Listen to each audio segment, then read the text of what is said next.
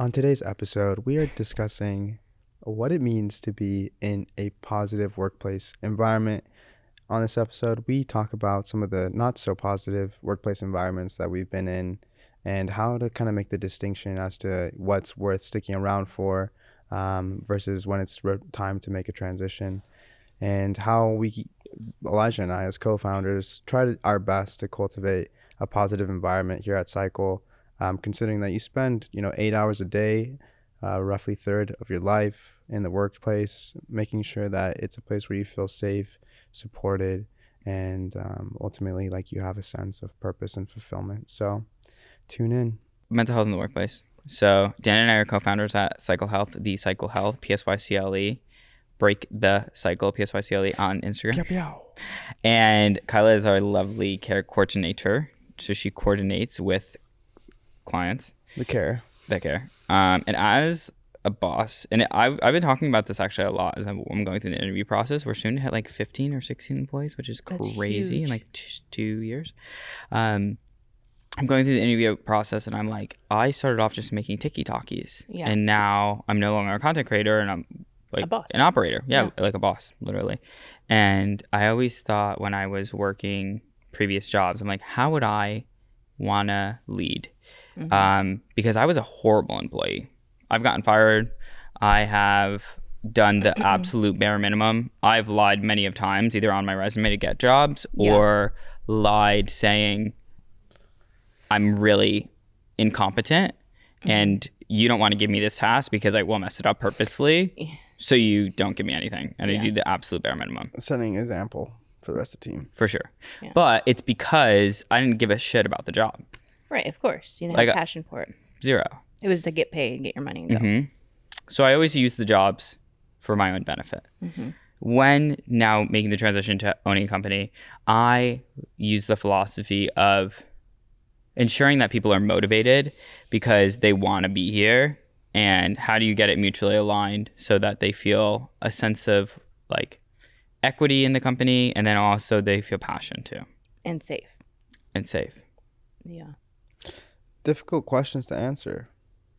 Yeah, there's a few different approaches. I think having a sense of ownership in your work and purpose, fulfillment is so integral to having a good mental state while you're working. And if you think about it, you're at work 8 hours a day. That's 33% of your life, hypothetically, right? Obviously, weekends off, what have you, but there's 24 hours a day. And you're working for 8 of those. You want to make sure that wherever you're at during that 8, even if you're working remotely, you're in a good digital space or physical space. You feel safe, you feel heard, you feel like you have a sense of purpose. No Sunday scaries. Do you get Sunday scaries? Not anymore. What do you have to say to those people that have Sunday scaries right now? Any day could be a Sunday scary. Really, because like you can start your week over whenever you want. Like I don't start my week over on Sunday. My like start over is like Friday.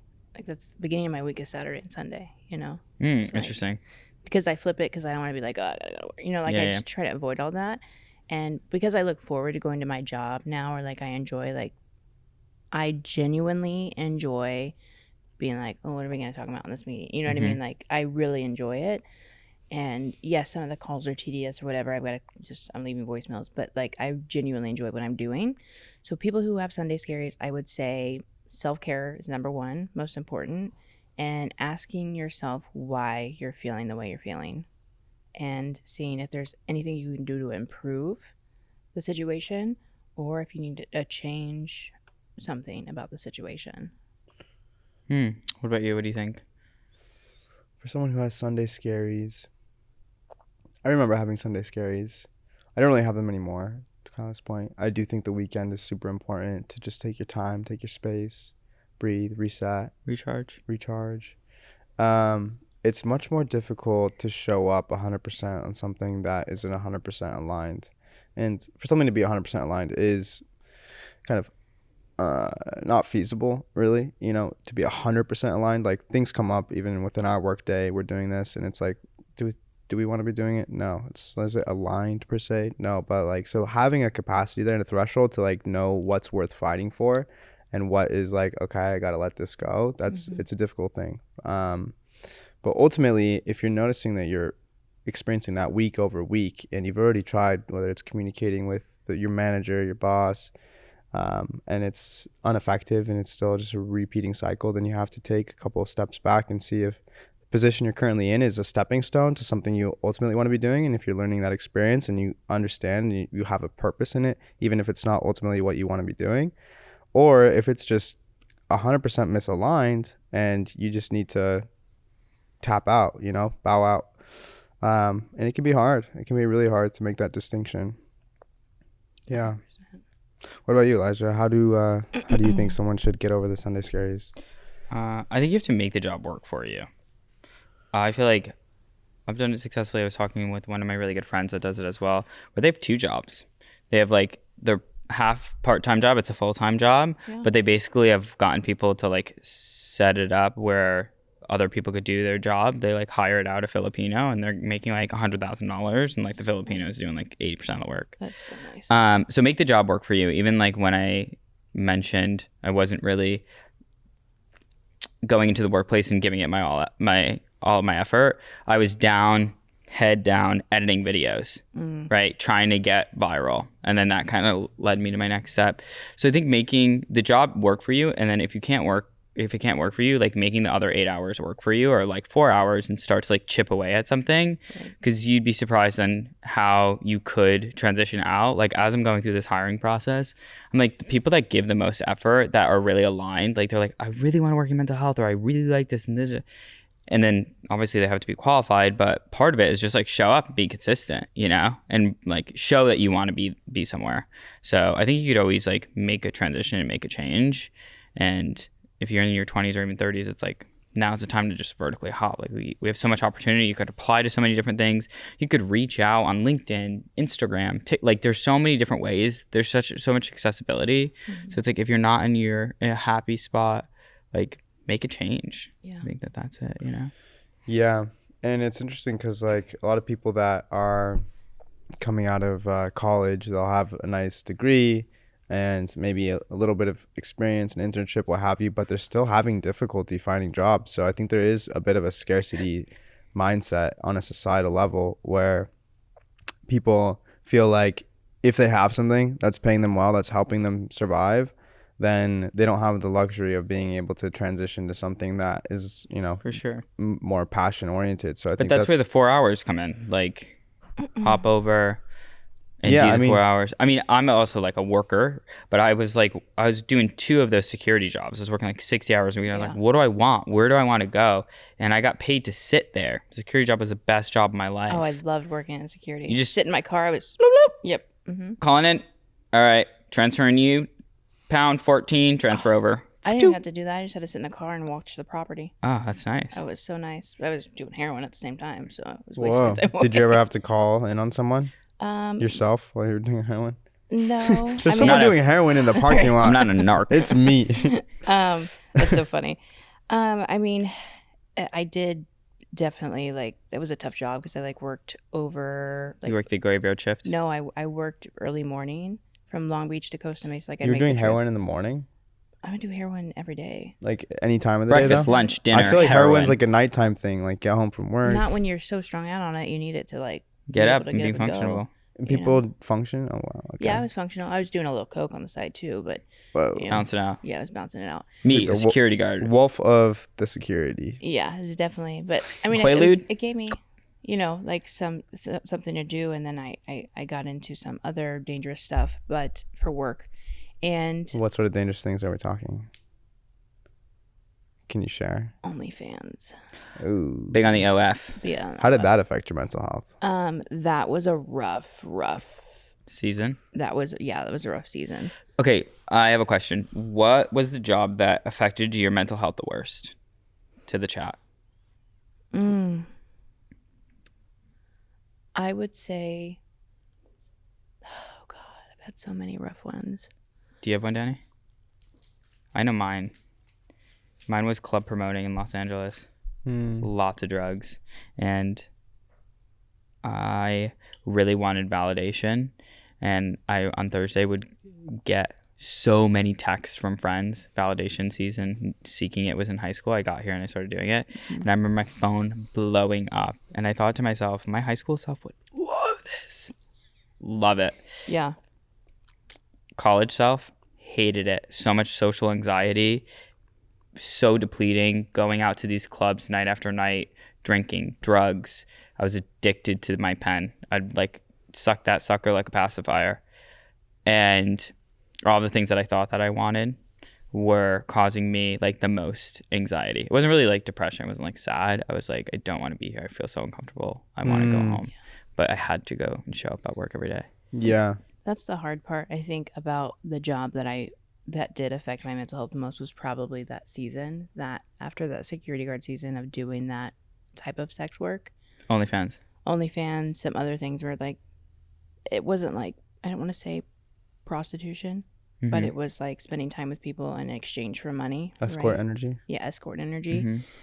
Nothing, and it was cool, you know, for a while, but then it got to be like I had all this money and I still wasn't happy, and like I was you must have met some interesting people. I did meet some really interesting people, like movie producer, you know, like really cool people, but I just was not in a space mentally to. I wasn't safe. You know, I was putting myself in really bad situations and exposing myself to like anything, really. I mean, you really are. And energetically. Everything, physically, energetically, emotionally, spiritually, and the whole 9 yards.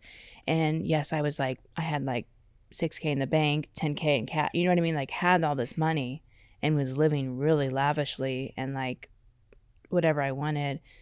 And I was doing the security guard, the same thing. Like they kind of overlapped. So I was making that money, and then I was doing it on the job too. You know, like I'd be like, "Yeah, come over, come over to the parking lot, come hang out." You know what I mean? Like it was that type of like work, and I think it just really like sucked my life, like the light out of me almost. Yeah, your purity, your innocence. Yeah, it really did. I saw some things that I was like, this is fucked up. Similar situation working as a promoter. I remember one night, one of my friends, we always used to all leave together. And for one night, she was like really pretty fucked up. But another friend was with her. We all leave. And I get a call like a few hours later. And it's like 4 a.m, 5 a.m. I'm in bed. And she was like, calls me. And she's like, I don't know what happened, but I ended up in the back of someone's SUV. And someone was on top of me. Yeah. And I was like, and it was like a dagger to the heart. Yeah. And then I'm working at this organization and I'm like, well, I got to fucking figure this out. Like, who was this? Yeah. I was like, no one's going to take advantage of you. Where are the cameras? What does that look like? And I go back to the boss and he's like, sorry, she could just file a police report. And I was like, file a police report? I was like, there's cameras everywhere. Like, you have to have some type of information. And they're like, only if we get it from a judge. They have to file a police report. And I was like, are you fucking kidding me, dude? And that was just like the turning point where I was like, this is fucking horrible. Disgusting. Just like who would, why? Yeah. You know, wouldn't you do something about that? But that environment, like, I don't want to say promoted that type of behavior, but it was almost common. Yeah, it was allowed. It's like a common thing. I was in a similar situation where I like went to somebody's house, a really wealthy gentleman's house in like the hills of Echo Park. I remember like walking into this beautiful mansion, like seeing the LA skyline from his bedroom. There was all panoramic views. It was so beautiful. And this guy was out of his mind, like crazy. He like I thought I was not going to make it out of that house. Like I thought this guy was going to bury me in his backyard. And like it seems cool, right? Like you're walking in, feeling the vibes, whatever. This guy's doing coke, he's doing Molly. Like I'm locked in his bedroom and I'm like, what is you know, like it's like I was at that point. I was like, what is happening? I might die tonight. Am I gonna die tonight? And he was like, we're getting in the car, we're going somewhere. And then we like end up at like the, you know, the tallest building in LA where you can like stand up and like the elevator.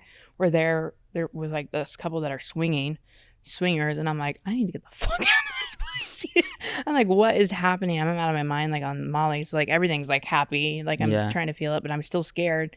And then finally I go to take a shower in his house, and he beats down the door because I locked the door in the shower. because I wanted to feel safe. And he was like, you can't lock doors in my house. And I was like, I need to get the fuck out of here. It's like already like 6 a.m. Birds are chirping. And I'm like, I need to go. I tried to drive myself That's home. when you know. Yeah, I was you hear like, the birds chirping. birds are chirping. I gotta go. I finally drove home, but I had to like pull over and like sleep because I had just been like emotionally taxed, physically taxed. Thank God I made it out alive. But that was a crazy. And then I had another incident where, oh God, this guy, and again, unsafe situations, right? You don't know these people, you don't know these men, whatever. Like, Are you in like seeking arrangements? Or is it OnlyFans? no, it was How are a you finding different. these people? I actually got on. I hit OnlyFans before it became big. So Early adopter, as she does. Yeah, early. I was like on it before, like I was on it in like end of 2018, early 2019. So before it got, I was making a pretty good amount of money on there, and I already had like a small following on my old Instagram, like a small following of just weird ass men because of my name on there. So then somebody introduced me to this other page. It's called, I forget it. It's like something delights, and it's like for high end escorts. It's not like back page. It's like a high end. Like you have to have money down, sent up front before you can go anywhere. You're uploading an ID. Yeah. Yes, you're uploading ID. Like you have to be of age. Like you have to have like STD, like all these different things. Wow. High barrier of entry. Yeah. So like it was like a very high thing, and That's what we call luxury. some guy, probably right at the tail end of all of this, he was a pimp, and I did not know the red flags of any of this or like what all this is. And he was like, you should come back to my hotel. And I was living in Long Beach at the time, and so we drive all the way up to where, like Encino or something. So like hour and a half drive. Yeah, way far away. There's this other girl in the room, and she's like walking the streets of Figueroa. He's like, you're gonna walk, and I was like, Walk where? You know those girls on Figueroa? No, tell me. Okay, well in LA there's a street and it's called Figueroa, and you'll see all these girls walking up and down the street in like bikinis and like they're prostitutes. And he was like, you're gonna get out and walk. So I was like probably like 2 a.m. I was walking, and I had left my car back at my apartment, and I had money, you know, like I wasn't like depending on this guy. Weren't you like, let me just Uber home? Exactly. So I didn't know where I left my stuff at the hotel. You know what I mean? And I'm like freaking out because not only am I high on drugs, and I'm like panic attacked, and I'm like, where am I? What am I going? I've never been on this road before in my life. I'm in the middle of Los Angeles. What is happening? But he kept driving. That's what pimps do there, is they'll drive up and down the street and watch you. And so like I had to like run for it. And I'm like in heels, like platform heels. I'm like running. I had my phone. Obviously, it's my phone. I get in an Uber. I leave all my stuff at that. I was like, see you later. And then he like was like, you fucking dumb bitch. You left all your stuff. And I was like, I don't need that stuff. Right. Like, You keep it king. Leave me alone. Yeah. I was like, wow. that was the turning point when I was you like, almost got human trafficked? yeah, I mean, technically, that's what I was doing. He was like, you're going to make me X amount of money. And I was like, I'm going to make you. I was really confused on what was going on. And I didn't realize that basically I had been like, you signed up for the diddler. What was the amount of money that he wanted for the night? For the night was $100. Are you serious? Yeah, because those people on those roads, like they'll be literally men that stopped to like talk to me. They're like $20. I was like, $20. I was like, your own dick. I was literally so driving. rude. I was like, you got the wrong lady. I'm out here lost. I was, and I was like trying to look for help. I was like, can you help me? And they were like, and I was like, no, bro. Like I'm trying to like literally. I was an oddball out there. Like it was an odd situation. Yeah. Wow. So that's the worst scenario. What about you, Danny? What's your worst scenario? My worst one. Okay, quick. Kyla, depression, anxiety. What are you feeling in that moment of Fig? Like, how did I get here? Like it was like a whole like awakening of like, I got to get sober. I got to, you know, like in that moment, she knew. I was she like, was fucked.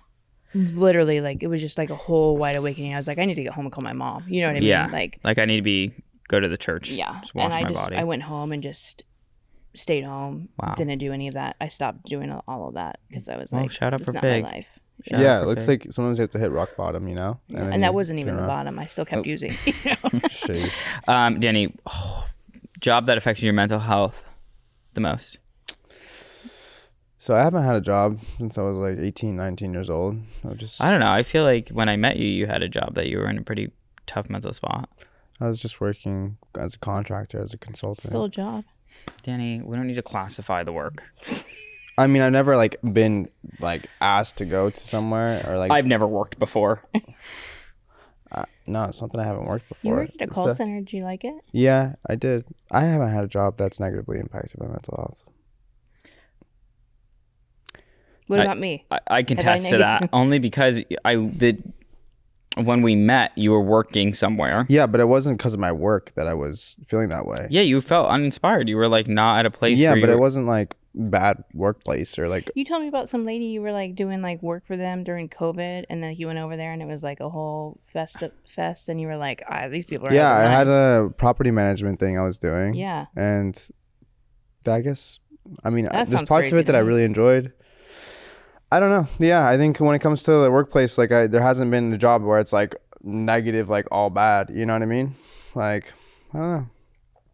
Yeah, I mean, I think what Elijah's alluding to is I was doing marketing for an AI real estate company that just felt like it was just mundane a job task to get, you know? But, yeah, that can affect your mental health. For sure, you were extremely anxious. Yeah, but again, it wasn't the job that was causing my anxiety. I was like, the job was like, I was paying me more than what I was doing. I feel like it was like the input to output was very efficient. It was just a matter of like, it didn't feel a sense of purpose there. And I think it was like a contributing factor to my mental health, but it wasn't like the factor to like, it wasn't like a toxic workplace. It wasn't like I was being abused. It wasn't bad. Well, that's the other thing, Danny. Got a check. And that's what a lot of people are doing. They're just trying to get a check. That's the hand in hand there, is that like it may not be a toxic workplace. Yeah, you may have a good boss, but you just may be so unhappy and you're making so much money, right? Like I've been in that situation, or I've been in the opposite where they weren't paying me at all for 4 months and I was taking care of patients. And there's patients that are hanging themselves, like killing themselves, they overdose on the property. You could feel fulfilled and not make a lot of money. You could make a lot of money and not feel fulfilled. It doesn't have to be like, I want to put a noose around my neck and end it all tomorrow. It could be like, this isn't really, I just don't like this. That's not my thing. And it's not like putting me on the track to like where I'm happy to wake up in the morning and I got other shit. Yeah. I mean, my first job I ever had, I was cleaning the middle school after class when I was in 8th grade. And that was pretty shitty. But I did it and it was a good job. Taught me good principles. But it kind of sucked.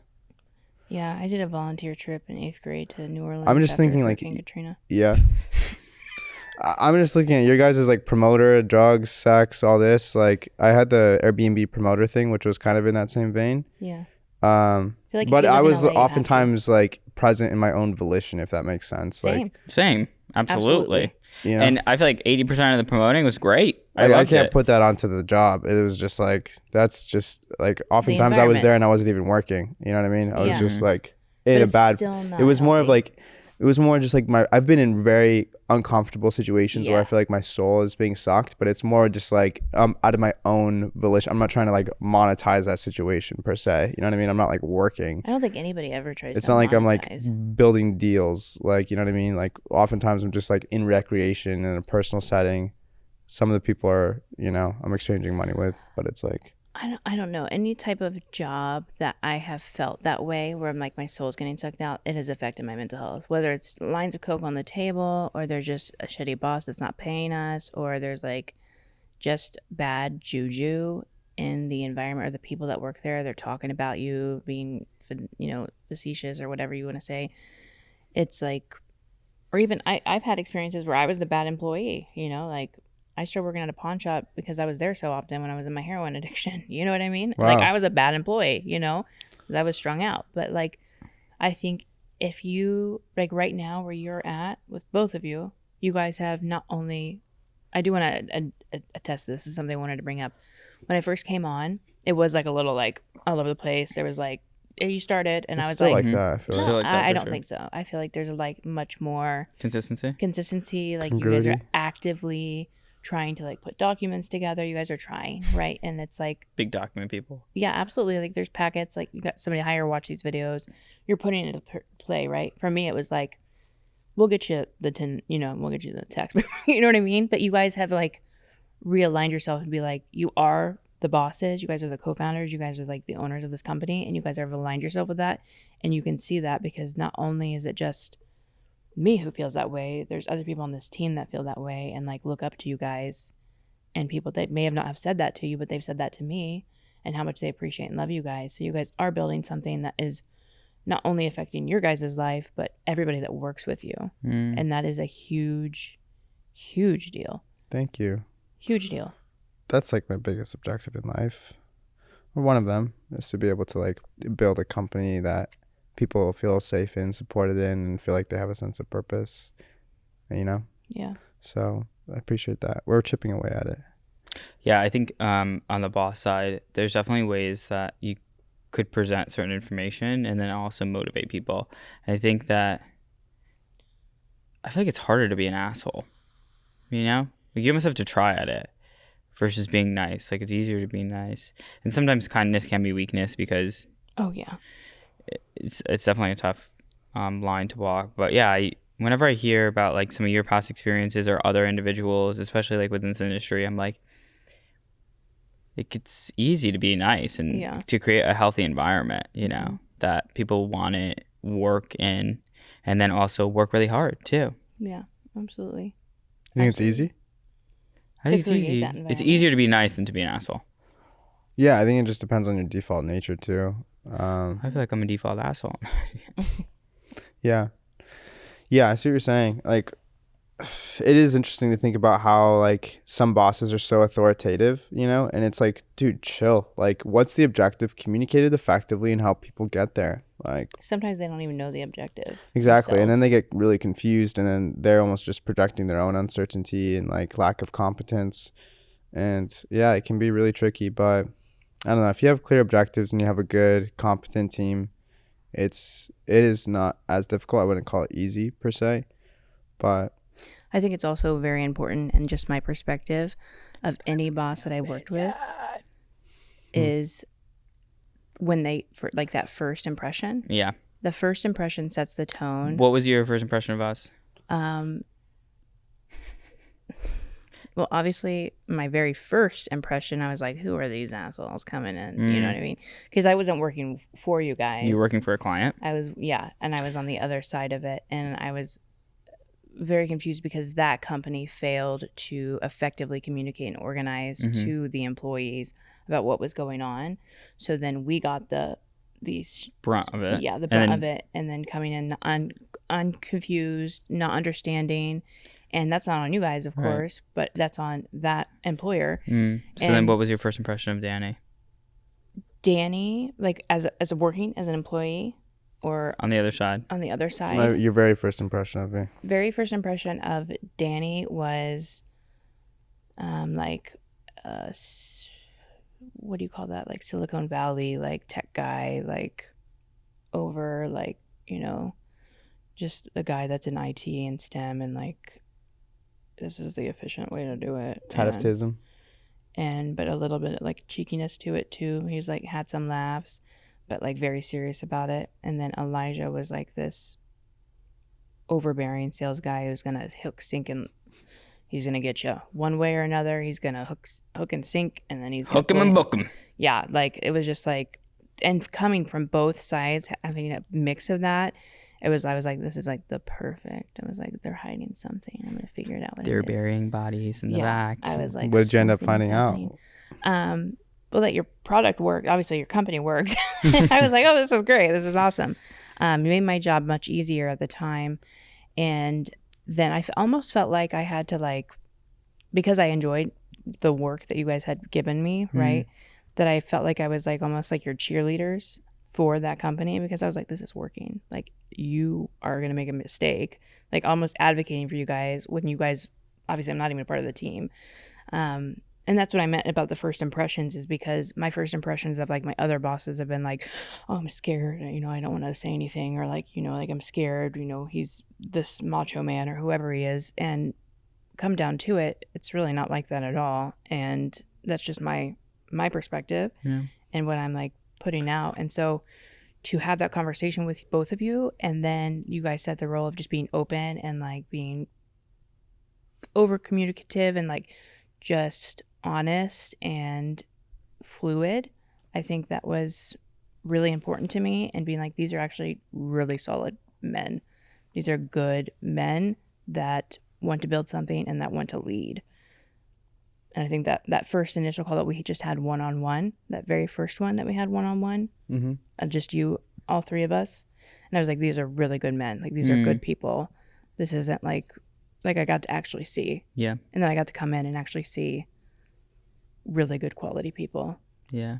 When you first came in, you were walking around with eyes twice the size of your eyes right now, and you were like very nervous as well. Yeah, I was nervous. I think I was nervous because I also just came from a tough work environment as well, and had a lot of pressure, and I wasn't comfortable in my own skin at that time either. I feel like I was still like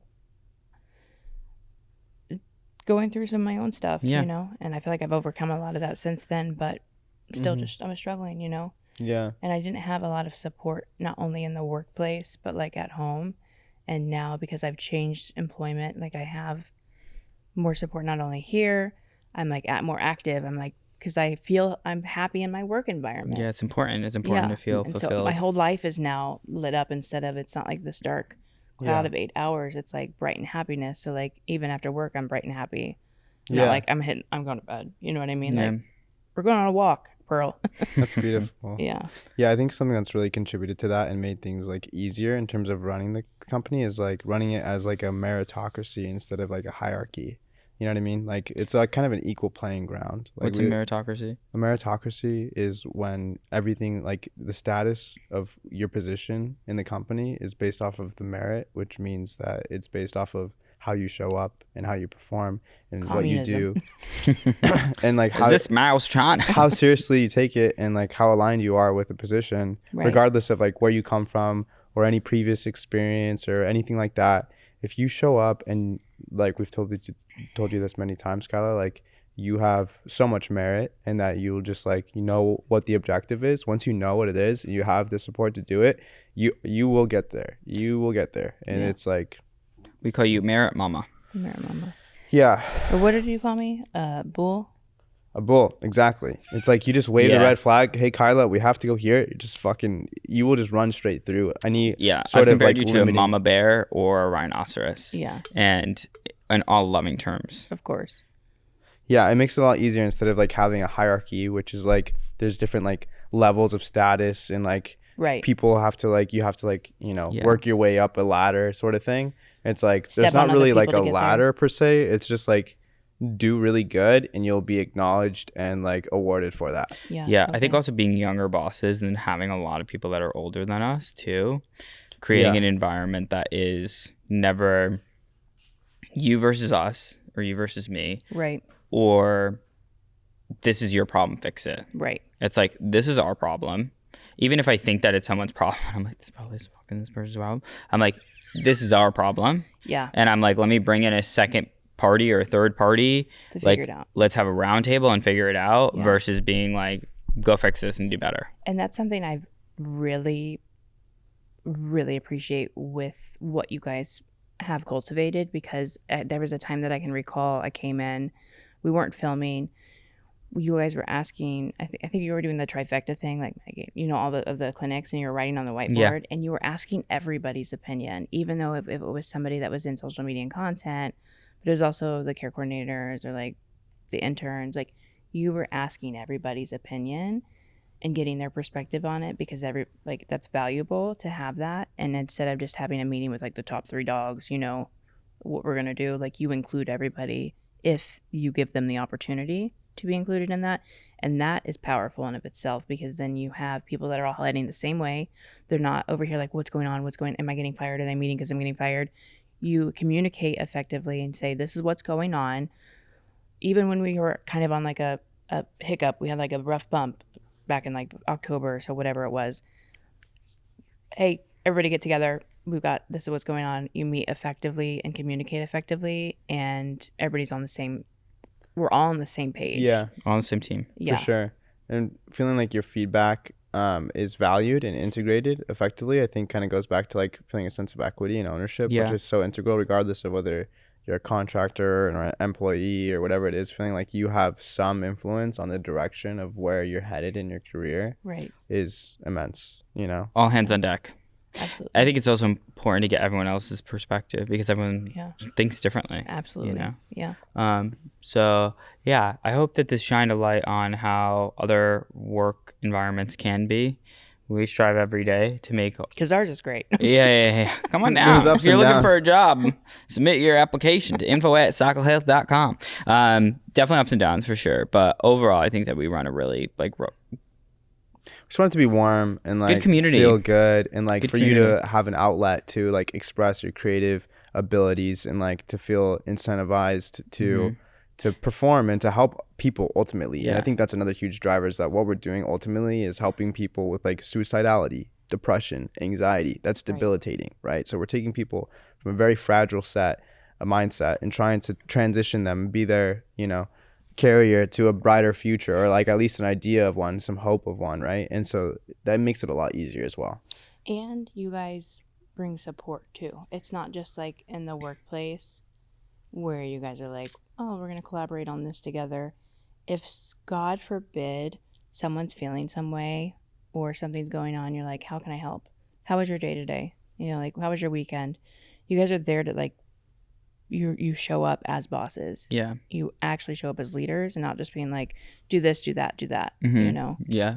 And we really care also about the people. I think as I'm going through these interviews, I'm like, a few people ask, what's the work environment? And I'm like, I firmly believe that the people that you work with should be a part of your community. Like you have your work community, you have your friends, you have your relationship, but a part of that is the people that you work with, because as you mentioned, it's literally a third of your life. Yeah. You want to enjoy the people that you work with, right? And vice versa. And also, like, I often think if I was on the other side and I was an employee and I had a boss, if someone reaches out like you did on Friday and was like, Pearl, something's wrong with her, I'm like, you drive that girl to the vet and you let me know what happened. You know, I'm very invested in your life, and Pearl is all good now, but thank God. Very invested in the well-being of the people that we work with as well, because it's part of our community, Yeah, it's like 100%. a tribe, it's like a work family, if you will. Yeah. There's, I feel like if anything, at Cycle, we like kind of blur the boundaries a little bit between friends and like, that like boss sort of contractor relationship, which I think has its advantages and its disadvantages, but ultimately I think the advantages heavily outweigh, because everyone kind of feels like we're like a family and a unit, and we're like tackling problems together.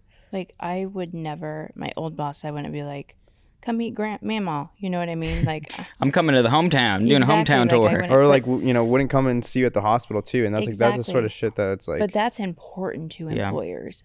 Like employees, if like, you guys told me happy birthday. You know what I mean? Like my last job, they wouldn't be like happy birthday. That was never even mentioned. Maybe like some girl from HR, who you like talk to once a quarter would say what up. Right. Give you a card. If they have HR. You know what I mean? Like for sure. And that was important to me, and that shows me that not only that I'm valued, but that you value me as a person, but that you value like the time, you value your employee, like you truly have like value and care and integrity, and you show up. Like that just is truly important. Yeah, 100%. So positive workplaces are 100% out there. Also, any job is not all good and it's not all bad. Exactly. So no matter how much the price tag is. Yeah, but just like think about how you're compromising your self-respect, because if that's being out the window, then you definitely have to reconsider things. And that's what I was alluding to when you asked me that question. It's like, I don't know if a job is like compromise my self-respect or like my identity in that capacity, but if the negative outweighs the positive, there is a brighter path. There is hope to find somewhere where you can spend a third of your life in a bit more bliss and support. And if you're looking for new hope, check out cyclehealth.com. We help people find therapy, psychiatry, interventional psychiatric treatments like ketamine therapy and transcranial magnetic stimulation. If you're going through a hard life transition, depression, anxiety, PTSD, any of the not so good stuff of life, we're here to help get you connected for free with Get Connection. I don't know. At Cycle soon. Cycle soon, yeah. But jingle coming soon. If you want to write us a jingle, again, put in your resume to info@cyclehealth.com, because we're always hiring. We're always looking for people. And if your mental health is compromised in your workplace, come see us, or go for a hot girl walk with your friend and just blow off some steam. Or your dog. Or your dog, Pearl. Thanks for listening. Thanks for being you. And thanks for working and being a productive member of society.